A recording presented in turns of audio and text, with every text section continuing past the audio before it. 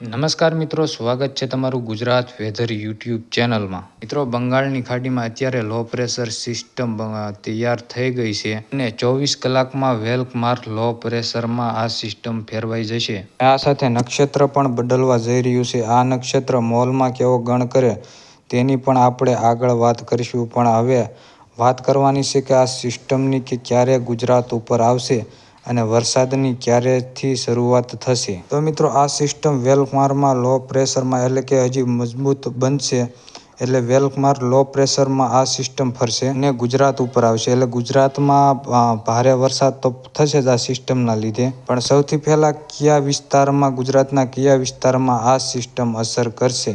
બંગાળની ખાડી અત્યારે ચોમાસાને લઈને ફૂલ એક્ટિવ થઈ ગઈ છે, પણ થોડોક સમયગાળાનો મોડલે ફેરફાર કર્યો છે આ સિસ્ટમને લઈને। તેની અપડેટ આજના વિડીયોમાં તમને હું જણાવવાનો છું। તો સૌથી પહેલાં તો વિડીયોને લાઇક કરી દેજો અને ચેનલમાં નવા હોય તો ચેનલને જરૂરથી સબસ્ક્રાઈબ કરી દેજો। ચોમાસા દરમિયાન રેગ્યુલર હવામાનની અપડેટ તમને મળતી રહે। મિત્રો, સૌથી પહેલાં આપણે વાત જણાવીએ નક્ષત્રની।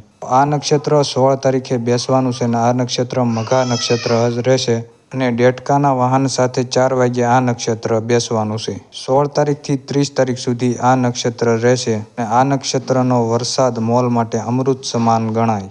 હવે આપણે વાત કરવાની છે સિસ્ટમની। સિસ્ટમમાં થોડોક ફેરફાર થયો છે અને એ સમયગાળામાં જે મોડલ પહેલાં દર્શાવી રહ્યું હતું કે 15-16 તારીખે આ સિસ્ટમ મધ્ય ભારતમાં આવી જાય તેમ હતી, અને હવે થોડોક મોડલમાં ફેરફાર થયો છે। આ સિસ્ટમ 17થી 18 તારીખે મધ્ય ભારતમાં આવી જશે અને આ સિસ્ટમના લીધે ગુજરાતમાં વરસાદનો વધારો થવા લાગશે અને 17થી 20 તારીખ સુધીમાં ગુજરાતમાં ભારેથી અતિ ભારે વરસાદ પડશે। સૌથી પહેલાં વરસાદનો વધારો થશે દક્ષિણ, મધ્ય અને ઉત્તર ગુજરાતમાં, જે અત્યારે પણ અસર ધીમી ધીમી બતાવી રહી છે। થોડો થોડો વરસાદમાં વધારો થાય છે અને દક્ષિણ અને મધ્ય ગુજરાતમાં હળવા ભારે ઝાપટા શરૂ છે।